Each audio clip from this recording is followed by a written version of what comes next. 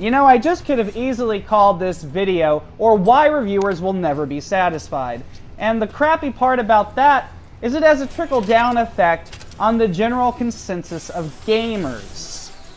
See, when a game like this gets a 6, or anything really lower than a 7, most people's assumption, and remember what assumption and assuming does, it makes an ass out of you and umption. When you assume that because a game gets something like a 6, that it's bad, well, you're an idiot, but first and foremost, the reviews are incredibly misleading. They're written in this hypercritical fashion that really does not do any game justice.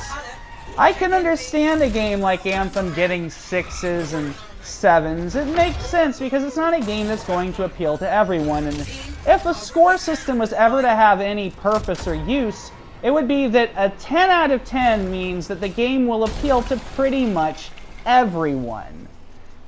You know, it might not be perfect, but for the most part, the game's going to appeal to a general wide audience. Now, if a game gets a 5 or a 6, what that really should mean is the game's still fun, but it's really going to only appeal to those who are enthused with the genre already. There's nothing wrong with that.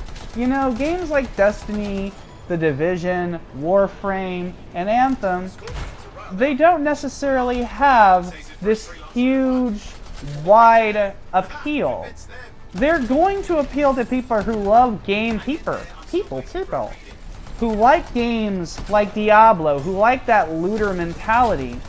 But Anthem's the first that might appeal to a slightly wider audience, and that's why I think the scores really don't do games justice, period.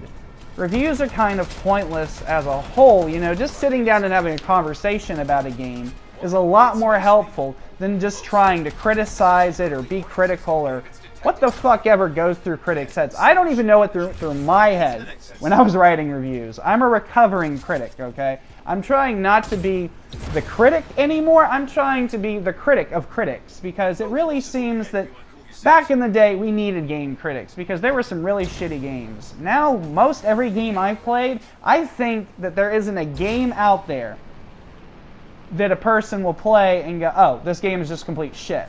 No, every single game that I played this generation, and for the most part the last generation as well, I thought, there's somebody out there who's going to find this game fun. It's not bad, it's just not for me.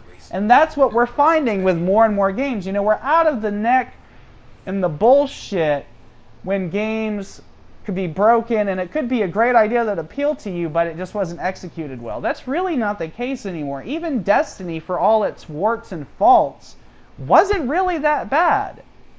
Kind of sucks to say that about a $60 game sometimes, but I say that it wasn't that bad because it did let me down on certain aspects. The gameplay was certainly not one of them, but I expected, you know, an interesting story to at least pull me into the world, to make me feel some sort of connection to it, and Destiny just really never did that.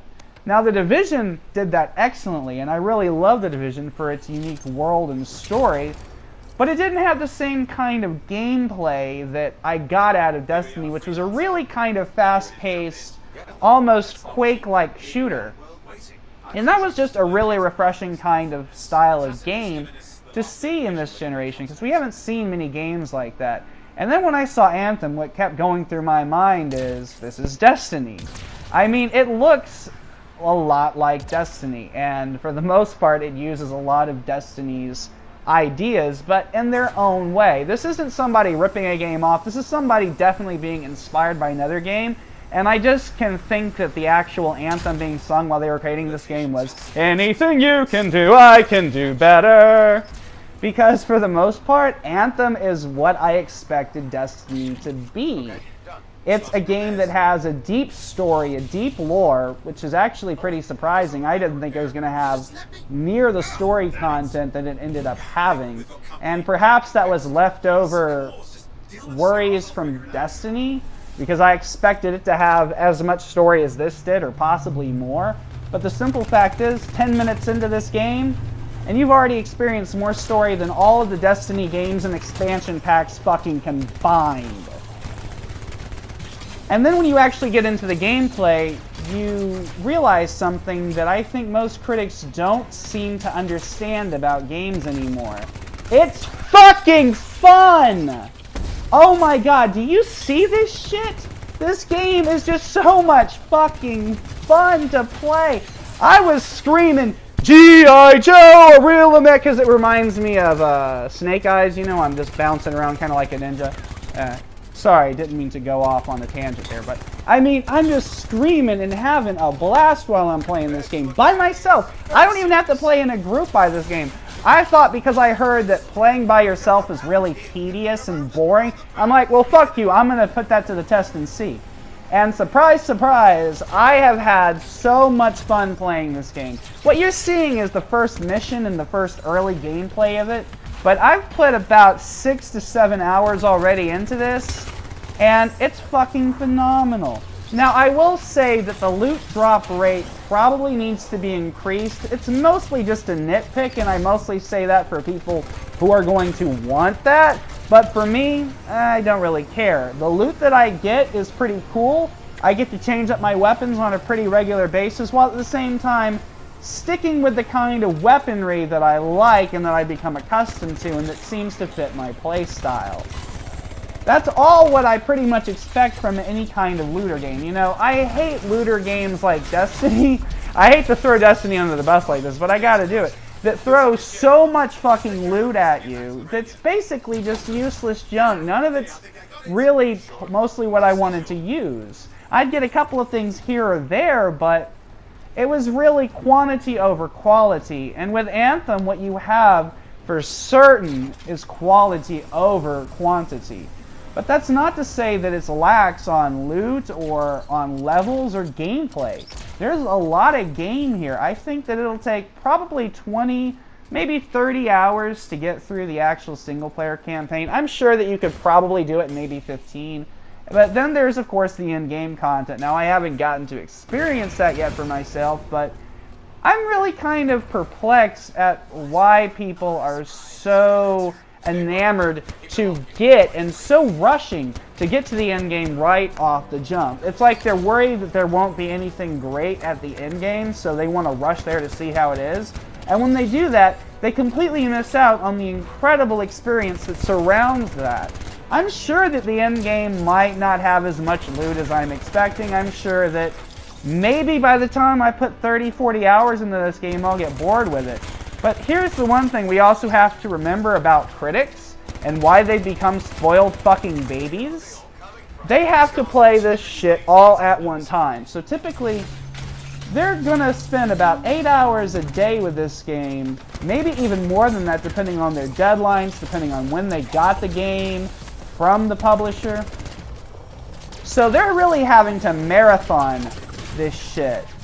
And that's just not a recipe for great game enjoyment. You really just can't let it sink in and savor it and enjoy the experience. You're always having to rush through it, and that just creates stress and anxiety. And a game like this that's so frenetic and intense, I can understand why critics would be labeling it as tedious and such. But I think that what we're really seeing with a lot of game reviews today are reviewers who have to play the game in a certain way that for the most part are not the way games are meant to be played. I'm not saying that you shouldn't binge games, that you shouldn't sit down and play games for like 8-10 hours on end. I do that all the time. However, I do that based on the desire to play the game, not on a need to. And that's the sad reality for a lot of critics. And I think what they could be learning from that experience is just that there are a lot of amazing games out there. I don't think I've played a single game in the last 5 years. I'm going to say 5 just because I can't remember that much further back. But, you know, possibly even longer than 5 that's been truly crap. Maybe some games on the PC because they have a lot more lax standards. But on the consoles, nah, I have not seen a game that was truly bad. I've seen games that weren't for me. I played a lot of games that people fucking love and adore, but that just weren't really for me. I'll tell you this right now. I'm going to say it. Anthem for me is more fun than Red Dead Redemption 2. There's going to be a lot of angry pitchforks, but please hear me out on this. I'm not saying Red Dead Redemption 2 is not the masterpiece that it is. It's fucking epic. But the storyline just, for me, putters out in the last 10 hours of that game. And the epilogue, for me, was just totally pointless. And a game like that, for me, is based solely around the story. Because that's really what you're spending a great deal of the time doing. There is a lot of fun to be had exploring the wilderness and experiencing that part of the game, but you never really can just totally ignore the story in that game, and if you do, it just really becomes even less fun to me.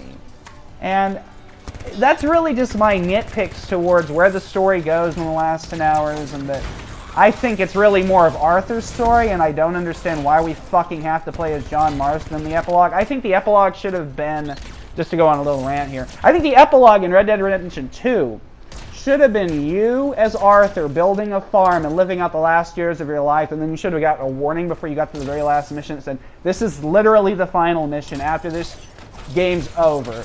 So if you want to keep playing, keep playing. If you want to experience the ending, go here. If not, save your gameplay and come back later after you've seen the ending of the game. You know, I think that would have been a great way to do it, because I would have shown him living out the last years of his life and then going into that final mission, being like a time jump and having him pass away. I think that would have been great. It would have been really interesting, and after so many hours of gunfights and battles, to go through that with Arthur and to actually have it be a totally peaceful and tranquil experience, I think would have been a really great payoff. And I think that would have alleviated some of the sour down notes that the story goes on in those last 5 hours. But that's just proof that not every game is meant to be for every person. I'm sure we can play every game and get a lot of enjoyment out of them, but is it a game that we're really going to sink our teeth into and really just be enthralled with for the entire experience? No. You have to find the games that are right for you. And I wish that that's what critics are trying to do, as opposed to just flaunting their personal opinion. I wish they were trying to help you decide and think about the parts of a game as opposed to just shitting on it, like I kind of just shit on Red Dead Redemption 2, which is an amazing, brilliant game. Anyway, guys, it's been a pleasure. I hope I made you think a little bit, and I hope you go out and check this game out if it's the kind of game you're interested in. And I'll see you guys later days.